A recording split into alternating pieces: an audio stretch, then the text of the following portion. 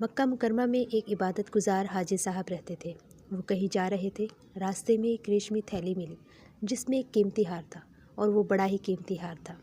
اس میں ہیرے جواہرات جڑے ہوئے تھے۔ یہ تو بہت قیمتی ہے، اسے چھپا لینا چاہیے۔ اللہ کا ڈر غالب آیا، اللہ کا خوف غالب آیا کہ بھائی اللہ تو دیکھ رہا ہے، اگر اسے چھپا لیا تو اللہ تو کہیں بھی پکڑ سکتا ہے اور جہنم میں ڈال سکتا ہے، تو میں کیا کروں گا؟ اس لیے اس کو چھپانے کے بجائے طے کر لیا کہ مالک ملے گا تو میں مالک کے حوالے کر دوں گا۔ اتفاق سے مالک بھی مل گیا کہ وہ کچھ تلاش کرتا پھر رہا ہے۔ بھائی میرا ہار گم ہو گیا ہے۔ انہوں نے کہا بھائی میرے پاس بھی ایک تھیلی ہے، تم دیکھو تمہاری تو نہیں؟ اس نے دیکھا اور دیکھ کر پہچان لیا کہ ہاں یہی میری تھیلی ہے اور یہ میرا ہار ہے۔ وہ بڑا خوش ہوا۔ تاجر نے اس کو 500 اشرفیاں نکال کر انعام میں دی۔ اس نے کہا مجھ کو انعام نہیں چاہیے، میں نے تو جو کچھ کیا اللہ کو خوش کرنے کے لیے کیا، اللہ کی رضا کے لیے کیا، تیرے انعام کے لیے نہیں کیا۔ اس نے بہت اصرار کیا اور کہا میں نے نیت کی تھی کہ اگر ہار مل جائے تو میں اس کے پانے والے کو اور لانے والے کو 500 اشرفیاں دوں گا، اس لیے میں تم کو دے رہا ہوں۔ کہا کہ نہیں، مجھ کو 500 اشرفیاں نہیں چاہیے۔ بہرحال وہ وہاں سے چلا گیا اور جا کر اپنی بستی میں کہتا ہے کہ ایک ایسا نیک آدمی نوجوان مجھ کو ملا، ایسا لڑکا اگر مجھ کو اپنے یہاں مل جاتا تو میں اپنی بیٹی کی شادی کر دیتا، اور وہ اپنے یہاں کا بہت بڑا تاجر تھا۔ اب اللہ کی قدرت دیکھو، یہ نوجوان مکہ مکرمہ کا رہنے والا تھا۔ اس کو سفر پیش آیا، سمندری سفر میں چلے، اچانک طوفان آیا اور کشتی ٹکڑے ٹکڑے ہو گئی۔ ایک تختہ کے اوپر یہ لیٹے ہوئے ہیں اور تختہ بہتا ہوا چل رہا ہے۔ تمام ساتھی ادھر ادھر ہو گئے، معلوم نہیں کہ کون ہلاک ہوا اور کون ڈوبا کون بچا۔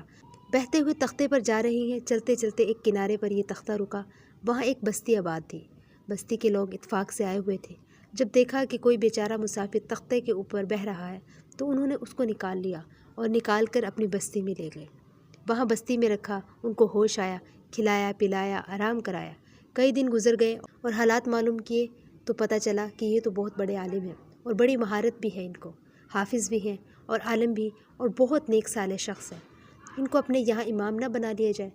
امام بنا لیا اور اپنے بچوں کو پڑھانے پر مقرر کر لیا اور ان کی تنخواہ مقرر کر دی، اور سب نے ان کو اپنا شیخ بھی بنا لیا اور اپنے سب کام ان کے مشورے سے کرنے لگے۔ ان لوگوں نے سوچا کہ اتنا نیک آدمی مل گیا ہے، اتنا بڑا عالم، یہ کسی طرح یہاں سے چلا نہ جائے، اس لیے کچھ ایسا کرنا چاہیے کہ یہ ہماری بستی میں رہے۔ ایسے نیک آدمی کا بستی سے چلے جانا ٹھیک نہیں۔ اب کیا کرنا چاہیے، اس کی کیا شکل ہونی چاہیے؟ تو انہوں نے سوچا کہ اس کی یہاں پر شادی کر دیں۔ شادی کے لیے سوچا فلاں لڑکی مناسب ہے۔ ایک بڑے تاجر کا انتقال ہوا، ان کی بیٹی بہت خوبصورت، بہت حسین اور جوان ہے، اسے بھی رشتے کی ضرورت ہے۔ ان سے کہا کہ بھئی فلاں رشتہ طے کر دیا جائے۔ لڑکی سے پوچھا، لڑکی بھی تیار ہو گئی۔ اس کے گھر والوں سے معلوم کیا، وہ بھی تیار ہو گئے۔ جب دونوں کی شادی ہو گئی اور یہ رات کو وہاں پہنچا اور بیوی سے ملاقات ہوئی تو دیکھا اس کے گلے میں وہی ہار پڑا ہوا ہے جو ہار ان کو مکہ مکرمہ میں ملا تھا، اور انہوں نے اس تاجر کو واپس کر دیا تھا اور انعام لینے سے بھی انکار کر دیا تھا۔ وہ تاجر کہتا تھا کہ اگر یہ مجھے میرے یہاں مل جاتا تو میں اس کی شادی اپنی بیٹی سے کر دیتا۔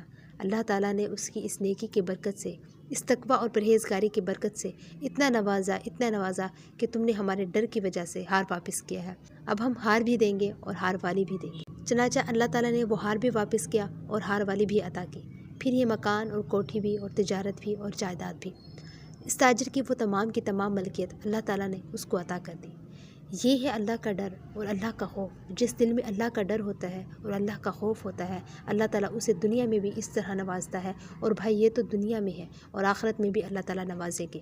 تو بھائی ہم یہاں دنیا میں رہتے ہوئے اصل یہ ہے کہ ہم اللہ کا ڈر اور اللہ کا خوف حاصل کریں، اس کی اطاعت و فرما برداری کریں اور نافرمانیوں سے پرہیز کریں، اور اسی کے اوپر اللہ کی مدد آتی ہے۔ جزاک اللہ۔